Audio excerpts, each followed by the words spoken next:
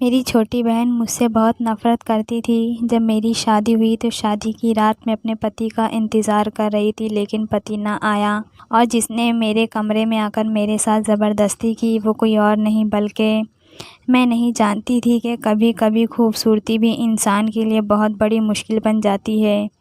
मेरे लिए मेरा खूबसूरत चेहरा एक ऐसी मुश्किल बन गया था कि मैं आज आईने के सामने अपने इस चेहरे की बदसूरती को देख रही थी। आज मेरा चेहरा कोई भी देखने के लिए तैयार नहीं था। कोई देखता तो काँप कर अपनी आँखें बंद कर लेता। कोई नहीं कह सकता था कि मैं वही सीमा हूँ जिसकी सादगी में हुस्न के भी लाखों दीवाने थे। जलन इंसान को खा जाती है और मुझे भी मेरी बहन की जलन ने खा लिया था।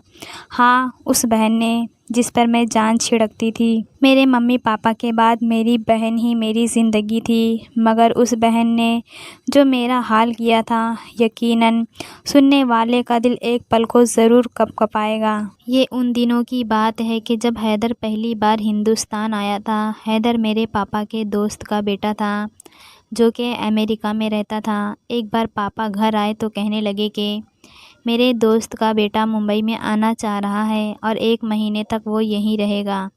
ये सुनकर मेरी मम्मी के चेहरे पर खुशी के रंगत बिखरे थे, लेकिन मैं उदास हो गई थी क्योंकि हम 2 बहनें ही थीं और हमारा कोई भाई नहीं था और एक अजनबी लड़के का घर में आकर रहना मुझे बिल्कुल भी ठीक नहीं लग रहा था। मेरी छोटी बहन वैसे तो नैन नक्श की बहुत प्यारी थी, बाल भी लंबे घने थे, लेकिन रंगत सांवली थी। उसके मुकाबले में मैं बेहद खूबसूरत थी। उसी तरह मेरे पापा गोरे चिट्टे लगते थे, लेकिन मेरी मम्मी सांवली रंगत की थी। मेरे पापा की शादी मेरी दादी ने ज़बरदस्ती मम्मी से की थी। मेरे पापा उन्हें पसंद नहीं करते थे, इसलिए शुरू से ही मैंने अपने पापा को अपनी मम्मी की रंगत पर एतराज़ करते हुए सुना था। मेरी मम्मी चुपचाप सुनती रहती, आगे से कुछ ना कहती। जैसे-जैसे हम दोनों बहनें बड़ी हुई तो मेरे पापा खुद ब खुद ही ठीक होते चले गए। मैं जब से बड़ी हुई थी, मैंने इस बात को महसूस किया था कि मेरी मम्मी की ज़्यादा तवज्जो मेरी छोटी बहन की तरफ है। जितनी मोहब्बत वो रेशमा से करती थी, मुझसे नहीं करती थी। यही हाल रेशमा का भी था, जाने कि वो मुझसे उखड़ी-उखड़ी रहती थी। मेरी हर बात का जवाब उल्टा देती थी। वो मेरी ज़रा भी इज़्ज़त ना करती थी। मैं ही उससे बात करती तो वो बात करती, वरना वो तो मुझसे बात करना भी गवारा ना करती थी। जिस दिन हैदर को हमारे घर आना था, मेरी मम्मी ने घर को खूब सजाया संवारा था। रेशमा को भी कहा था कि वो एक अच्छा सा ड्रेस पहन लो। सुबह ही वो नाश्ते पर रेशमा से कह चुकी थी कि वो पहले पार्लर जाकर अपना फेशियल करवाए और घर जाकर एक बहुत खूबसूरत सा ड्रेस पहन ले। मेरी मम्मी भी अपनी तैयारियों में लगी हुई थी, मगर मुझे समझ नहीं आ रही थी कि आखिर इतनी तैयारी किस लिए है। मुझे तो ये भी याद ना था कि आखिरी बार मैंने फेशियल कब करवाया था। मुझे अपनी सादगी ही प्यारी थी। मैंने नाश्ते के बर्तन उठाए और यही सोच रही थी कि मैं रात को क्या पहनूं। ज़ाहिर है पापा के दोस्त के बेटे आ रहे थे तो सभी तैयार हो रहे थे। इससे पहले कि मैं अपने कमरे का रुख करती, मेरी मम्मी मुझसे कहने लगी कि रात का सारा खाना तुम बनाओगी। मेरी मम्मी मुझसे ऐसे ही बात करती थी, बिल्कुल सख्ती लहजे में, जैसे मैं उनकी सगी बेटी ना हूँ, कोई नौकरानी हूँ। अब तो ज़्यादा फ़र्क भी ना पड़ता था क्योंकि बचपन से यही रवैया देखती आ रही थी। वो रेशमा से इंतहाई मीठे लहजे में बात करती और मुझसे सख्त लहजे में बात करती थी। कभी-कभी उनका रवैया देखकर मेरी आँखों में भी आंसू आ जाते थे, मगर ये सोचकर चुप कर जाती कि शायद वो छोटी है, इसलिए मम्मी उस पर ज़्यादा तवज्जो देती है। किचन की सारी ज़िम्मेदारी मुझ पर थी। मेरी मम्मी ने मुझे एक लंबी चौड़ी सी लिस्ट बता दी। मैं जो सुबह की किचन में गई तो रात तक ही सब कुछ बना कर आई थी।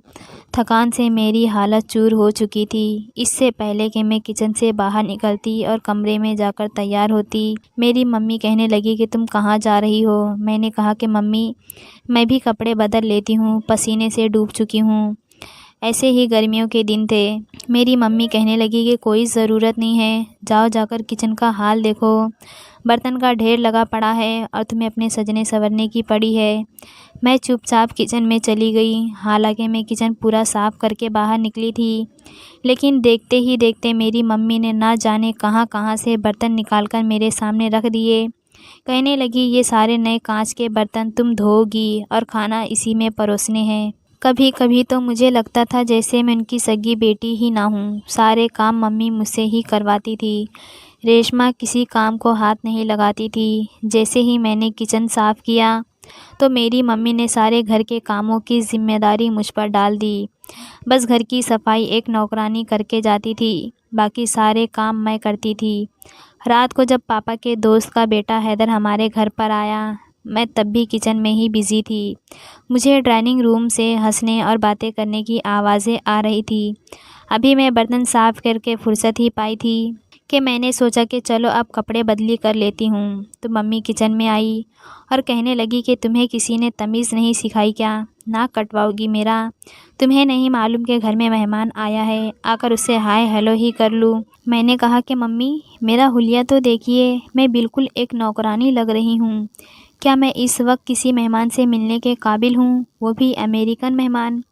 लेकिन उन्हें शायद इस बात से कोई फ़र्क नहीं पड़ता था। मुझसे कहने लगी, अच्छा छोड़ो, बदल लेना कपड़े भी। हैदर को बहुत भूख लगी है, जल्दी से टेबल पर खाना लगाओ। मैंने सारे बर्तन टेबल पर सजाए और खाना लगा दिए।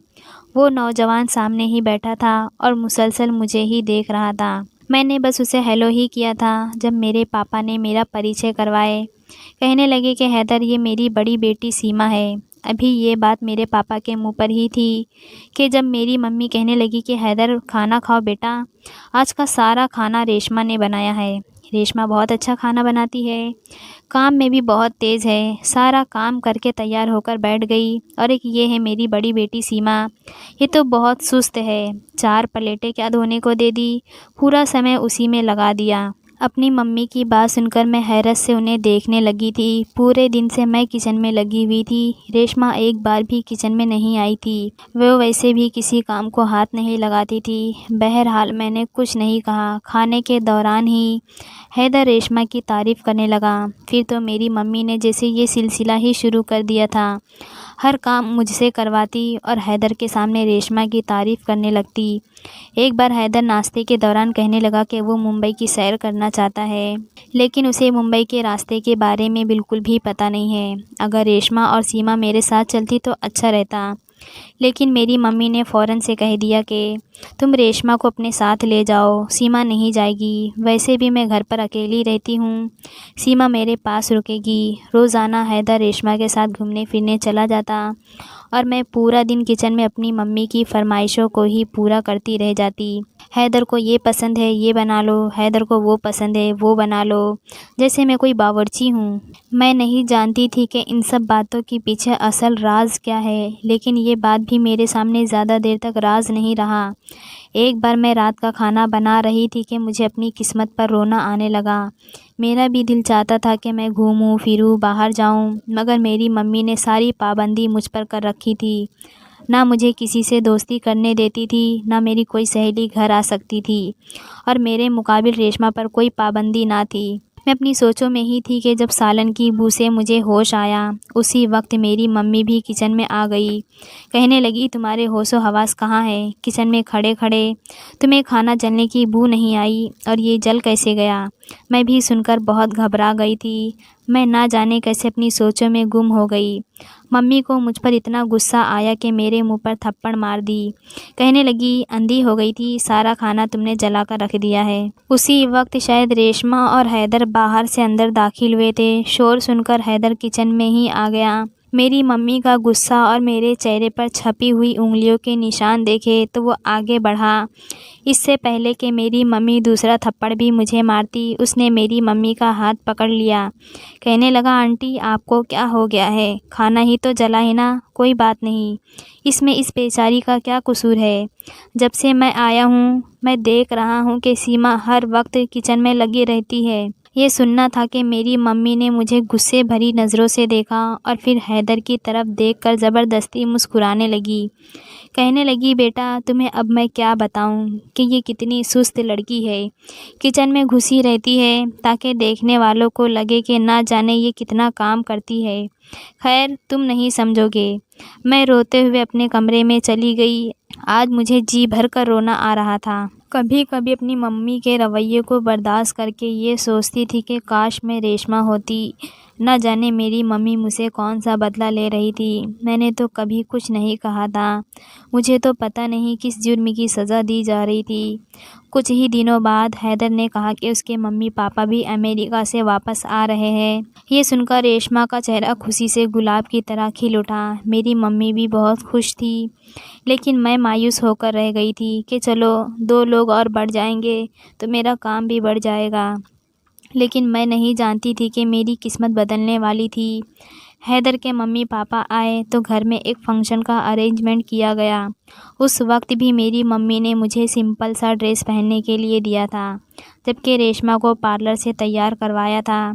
यहाँ पर जितने भी मेरे पापा के दोस्त थे वो सब इस दावत में जमा थे। जब हैदर की मम्मी ने मुझे अपने पास बुलाया, मैं हैरत से उन्हें देख रही थी। वो मुझे क्यों अपने पास बुला रही थी, उतनी ही हैरत मेरी मम्मी के चेहरे पर भी थी। मेरे पापा ने मुझे कहा कि आओ बेटा, वहाँ क्यों खड़ी हो। मैं धीरे धीरे चलते हुए हैदर की मम्मी के पास आ गई। उन्होंने हाथ में पकड़ी मखमली डिबिया खोली और अंगूठी मेरे हाथ में पहना दी और कहने लगी कि आज से तुम मेरे हैदर की अमानत हो। 1 हफ्ते बाद ही हम तुम्हारी और हैदर की शादी कर देंगे। ये सुनना था कि मेरी मम्मी और रेशमा दोनों के रंग फीके पड़ गए थे और मैं हैरत की तस्वीर बने बैठी रह गई थी। समझ ही नहीं पा रही थी कि ये सब क्या है। मेरे पापा बेहद खुश थे। मेरी नज़र हैदर पर पड़ी थी। वो मुस्कुरा रहा था। खुद ब खुद ही मेरी नज़रें झुक गई थी। हैदर हिंदुस्तान में इसी इरादे से आया था और मेरी मम्मी ये बात जानती थी, लेकिन वो चाहती थी कि हैदर की शादी रेशमा से हो जाए। इसलिए उसे सजा धजा कर हैदर के सामने पेश करती थी, लेकिन फिर भी उसने मुझे पसंद किया था। वो दिन शायद मेरी आजमाइश का पहला दिन था, लेकिन मुझे लगा जैसे मेरी मुश्किल ख़त्म हो चुकी है। मैं 8 दिन बाद हैदर के साथ उस नर्क से निकलकर उसकी स्वर्ग में चली जाऊंगी। लेकिन मैं ये नहीं जानती थी कि मेरी छोटी बहन की नफ़रत मुझे कहीं का नहीं छोड़ेगी और मुझे बर्बाद करके रख देगी। मुझे इस बात का भी अंदाज़ा नहीं था कि कोई बहन नफ़रत में इस हद तक भी आगे जा सकती है। मेरी मंगनी हो चुकी थी और मैं अभी तक यूं ही हैरान बैठी थी कि आखिर मेरे साथ अचानक हो कैसे गया है। वहीं दूसरी तरफ रेशमा और मेरी मम्मी अलग परेशान बैठी थी। जैसे ही वो लोग हमारे घर से गए तो रेशमा तमाम चीज़ों को पटकती हुई अपने कमरे में चली गई और कमरे का दरवाज़ा बंद कर दिया। कितनी देर अंदर से आवाज़ें आती रही। पापा ने जब रेशमा का चीखना चिल्लाना सुना तो मेरी मम्मी से कहने लगे, क्या हुआ है रेशमा को, आज तो उसकी बहन की मंगनी हुई है, तो भला ये क्यों इस कदर चीख चिल्ला रही है। मेरी मम्मी भी आज फट पड़ी थी। कहने लगी, कैसे बाप हैं आप, क्या आपको अपनी बेटी की नज़र में हैदर के लिए मोहब्बत नहीं दिखाई दी थी। वो हैदर को पसंद करती थी, मगर ना जाने आपकी इस लाडली बेटी ने ऐसा क्या जादू किया कि वो मेरी रेशमा की जगह आपकी बेटी सीमा को पसंद करके चले गए। पसंद तो पसंद किया, अंगूठी भी पहनाकर चले गए। मैंने मम्मी के मुंह से ये लफ्ज़ सुने तो मायूस होकर रह गई। जो खुशी के गीत मैं गुनगुना रही थी, मम्मी और बहन की हालत देखकर मेरे चेहरे से तमाम तर खुशियाँ सिमट कर रह गई। मेरे पापा कहने लगे, क्या तुम पागल हो गई हो, क्या ये बात तुम नहीं जानती थी। जब सीमा और हैदर 10 साल के थे तभी मेरे दोस्त ने उसका रिश्ता मांग लिया था। मम्मी और पापा तेज़ आवाज़ में लड़ाई कर रहे थे, जबकि रेशमा अलग कमरे में परेशान बैठी थी। ना जाने मुझसे किस बात का बदला लिया जा रहा था। मैं रोने लगी। इस बार भी दिल पर पत्थर रखा और हाथ में से अंगूठी उतारकर अपनी मम्मी के हाथ पर रख दी, मगर मेरे पापा ने फ़ौरन अंगूठी दोबारा मेरे हाथ में दे दी और बोले कि शगुन की अंगूठी यूँ नहीं उतारा करते। जो फ़ैसला हो चुका है वो हो चुका है। तुम्हारा नसीब हैदर के साथ है। पापा की बात सुनकर मेरी मम्मी भी खामोश हो गई। 2 दिन तक रेशमा कमरे से बाहर ना निकली। एक दिन पापा उसे समझाने गए। कितनी देर वो उसे समझाते रहे और फिर उसने अपना मूड ठीक कर लिया। वो कमरे से बाहर निकली और आकर मुझे गले लगा लिया। कहने लगी कि तुम मेरी इकलौती बहन हो, मैं तुम्हारी शादी में खूब नाचूंगी। मगर क्योंकि मैं कुछ दिन की मेहमान थी, इसलिए हर बात नज़रअंदाज की और शादी की तैयारियों में मगन हो गई। तमाम तर तैयारियां पूरी हुई और वो दिन भी आ गया जब मेरी और हैदर की शादी थी। ना जाने क्यों मेरे दिल में अजीब सी बेचैनी थी। ऐसा लगता था जैसे कुछ बुरा होने वाला है। आज मेरी शादी थी, मैं दुल्हन बनी बैठी थी। कुछ देर के बाद हैदर धूमधाम से बारात लेकर हमारे यहाँ आया और फिर शादी के बाद रुखसत करके मुझे अपने साथ ले गया। रुखसती के बाद रेशमा फूट फूट कर रोने लगी और कहने लगी मैं भी सीमा के साथ ही उसके घर जाऊंगी, क्योंकि हैदर ने मुंबई में ही एक घर ले लिया था। उसके मम्मी पापा को किसी ज़रूरी काम से वापस अमेरिका जाना था। रातों रात ही जाना चाहते थे और एक हफ्ते बाद वापस आ जाते। हैदर मुझे लेकर अपने घर चला गया। हमारे यहाँ बहुत सी रस्में थी और क्योंकि रेशमा इकलौती साली थी इसलिए उसने हैदर से खूब पैसे बटोरे थे। जब हैदर कमरे में आने लगा तो रेशमा तब भी कुछ नेक मांगने आई और फ़ौरन कमरे का दरवाज़ा बंद कर दिया। मैं कमरे में बैठी हैदर का इंतज़ार करने लगी। आधा घंटा गुजर गया। कुछ देर के बाद दरवाज़ा खुला और हैदर चलता हुआ मेरे कमरे में आने लगा। मेरा तो जिस्म कँपकँपा रहा था। ना जाने हैदर मुझसे क्या कहता। यही सोच रही थी कि हैदर मेरे पास आकर बैठा और कितनी देर मुझे घूरता रहा। मैं तो शर्म से लाल हो रही थी। तभी उसके मोबाइल पर एक फ़ोन आया। उसने मोबाइल की स्क्रीन ऑन की और फिर आगे बढ़कर मेरे घूंघट को उठाना शुरू कर दिया। मैं तो ऐसे ही आंखें मूंदे बैठी थी, लबों पर मुस्कुराहट थी। उसने जैसे ही घूंघट उठाया एक झटके से दरवाज़ा खुला। मैं बौखला कर दरवाजे की तरफ देखने लगी। मेरी तो उस वक्त जिस्म से रूह जुदा हुई जब मैंने देखा कि दरवाज़े पर हैदर खड़ा है। अगर हैदर वहाँ तो मेरे पास कौन बैठा था? जब मैंने देखा तो मेरी चीख बुलंद हुई। एक झटके से बिस्तर से उठ गई। मेरे पास तो ना जाने कौन सा आदमी बैठा था। हैदर ने जब कमरे में किसी गैर आदमी को देखा तो गुस्से से आग बबूला हो गया। मैं अलग परेशान से उसके पास गई और बोली कि ये कौन है, मैं इसे नहीं जानती। मैं तो समझी थी कि आप है, मगर तभी वो आदमी फ़ौरन बोला कि क्यों झूठ बोल रही हो, तुमने खुद ही कॉल करके मुझे बुलाया था। कहने लगे कि मेरा पति घर में नहीं है, तुम यहाँ आओ और मुझे अपने साथ ले जाओ। उस आदमी की बातें सुनकर तो मुझे कुछ समझ में नहीं आ रहा था कि मैं क्या कहूँ। शादी की पहली ही रात मैं अपने पति की नज़र में बुरी बन चुकी थी।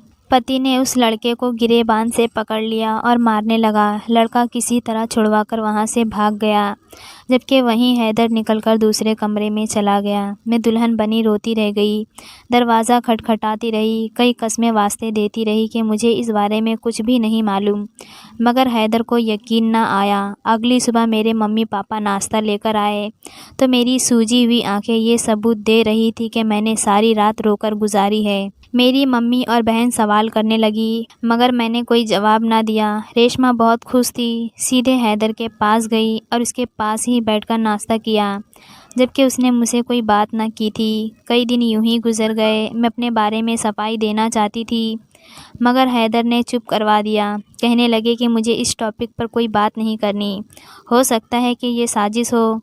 कुछ दिन गुजर गए। हैदर दोबारा मेरे करीब नहीं आए, अलग ही कमरे में सोया करते थे और मैं उस वक्त को कोस रही थी कि आखिर वो लड़का यहाँ पर कैसे आया, कौन था, कौन लाया था उसको इस कमरे में। दरअसल उस रात हैदर मेरी बहन को नेक के लिए ज्वेलरी शॉप पर ले गए थे। उसने एक सोने का ब्रेसलेट मांग लिया था और वो सोने का ब्रेसलेट दिलवाने के लिए उसे बाहर ले गए थे और तभी ये वाक़या पेश आया। धीरे धीरे हैदर भी उसे गलतफहमी समझकर भूलने लगा और मेरे साथ अपना रवैया ठीक करने लगे, मगर एक रॉन्ग नंबर से बार बार मुझे कॉल आने लगा। उस दिन मैं और हैदर बाहर डिनर के लिए गए हुए थे कि जब फिर से बार बार कॉल आने लगे। मैंने कॉल काट दी तो वो दोबारा से कॉल आ गया। हैदर का गुस्सा जब हद से बढ़ गया, उसने मेरा मोबाइल उठाकर कान से लगाए। दूसरी तरफ से गैर लड़का कह रहा था कि मेरी जान कब मिलने आओगी मुझसे, मैं कब से तुम्हारी राह देख रहा हूँ।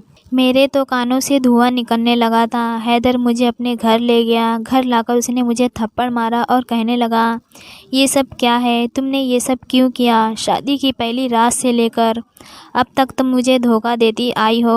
मैंने हैदर का गुस्सा देखा तो रोने लगी, डर गई और बोली, मुझ पर शक मत करिए, मैं कुछ भी नहीं जानती। बेशक उस लड़के का बैकग्राउंड चेक करवा लीजिए। मगर तभी हैदर ने जो बात कही वो सुनकर मैं सुन हो गई। बोला, अगर मुझे तुम्हारे किरदार के बारे में मालूम होता तो मैं तुमसे कभी भी शादी नहीं करता। तुमसे अच्छी तो रेशमा है जो मेरे साथ वफ़ादार है। उसने शादी के दिन ही मुझे बता दिया था कि तुम अच्छे किरदार की हरगिज़ नहीं हो। कितने लड़के तुम्हारे लिए मर मिटने को तैयार है। मैं वहीं ज़मीन पर गिर चुकी थी। ये सारा किया धरा रेशमा का था। मैं कैसे भूल सकती थी कि रेशमा मुझे सुकून से रहने नहीं देगी। कितनी ही देर बैठी रोती रही। मेरा रोना देखकर पति का दिल मोम होने लगा। वो खुद गम में मुब्तला था। उसने उस लड़के की छानबीन करवाई तो वो फ्रॉड निकला। उसी शाम मुझे रेशमा का कॉल आया। काफ़ी खुश लग रही थी। कहने लगी, कैसा लगा मेरा गिफ्ट? तुमने मुझसे मेरे हैदर को छीना और मैं तुमसे तुम्हारा पति छीन कर उसे अपना बनाऊंगी। मैं रोने लगी कि आखिर तुम ऐसा क्यों कर रही हो? मगर वो तो ज़िद पर अड़ चुकी थी। मैं अपनी बहन को अच्छे से जानती थी, मगर अब और मैं उसे अपना किरदार ख़राब करने नहीं दे सकती थी। उस रात हैदर घर आए तो उनके सामने मैंने अपने मम्मी पापा की कसम खाई कि मुझे इस बारे में कुछ नहीं पता। कोई दुश्मन हम दोनों को जुदा करना चाहता है। मेरी आंखों में आंसू थे, सच्चाई थी। हैदर का दिल भी मोम पड़ गया और माफ़ी मांगने लगा। सब कुछ धीरे धीरे ठीक होने लगा। जब रेशमा को खबर मिली कि उसके अपनाए गए सारे कारनामे नाकाम हो चुके हैं तो वो ज़ख्मी शेरनी बन चुकी थी। हैदर ने घर के बाहर सेक्रेटरी लगा दी ताकि गैर आदमी पर नज़र रख सके। अगले ही दिन मैं हंसी खुशी अपने पति के साथ अपने मायके गई तो मुझे और हैदर को खुश देखकर रेशमा जल गई। मैं रात वहीं गुजारने वाली थी। हैदर को मीटिंग में जाना था। जैसे ही मेरे मम्मी पापा उसे छोड़ने के लिए बाहर तक गए तो रेशमा मुझ पर झपट पड़ी। कहने लगी, तुम चुड़ैल हो। मेरे इतने मंसूबों के बावजूद तुम हैदर के दिल से ना निकल सकी। उसने मुझे धक्का देकर गिरा दिया था। मैं उठने लगी कि तभी उस पागल लड़की ने लॉकर से एक बोतल निकाली और खोलकर मेरे चेहरे पर गिरा दी और चीख चीख कर कह रही थी कि अब देखती हूँ हैदर कैसे तुम्हारी खूबसूरती पर फ़िदा होता है। दर्द की वजह से मैं चीखती चिल्लाती रही। हैदर मम्मी पापा भागकर अंदर आ चुके थे। मुझे अस्पताल ले जाया गया। एक हफ्ता सदमे में रही। जब होश आया तो चेहरा देखकर बेहोश हो गई। मेरा 80% चेहरा जल चुका था। डॉक्टर कहते कि प्लास्टिक सर्जरी से ठीक हो जाएगा, मगर सिर्फ 50%। मैं रोती चीखती रही। मेरे पापा शौक थे। मम्मी भी रो रही थी। हैदर पर हकीकत खुली तो उसने गुस्से से रेशमा के ख़िलाफ़ केस दर्ज करवा दिया। मेरी मम्मी मेरे आगे हाथ जोड़कर लाडली बेटी की रिहाई मांग रही थी, मगर खैर मैंने रेशमा को माफ़ कर दिया और केस वापस ले लिया। मैं तो बहुत बदसूरत हो चुकी थी। पापा पास बैठे रोते रहे। मैं हैदर से मिलना नहीं चाहती थी। पापा से कहा कि हैदर को कहिए कि मुझे डिवोर्स देकर रेशमा से शादी कर ले, मगर हैदर तो तड़प उठा। मुझे सीने से लगाकर बोला, मैं और तुम्हारे साथ जुल्म नहीं देख सकता। मुझे तुम्हारी सूरत और सीरत से इश्क है। तुम्हें तकलीफ़ पहुंचाने वालों को मैं कभी माफ़ नहीं करूंगा। हैदर की मोहब्बत देखकर मैं रो रही थी।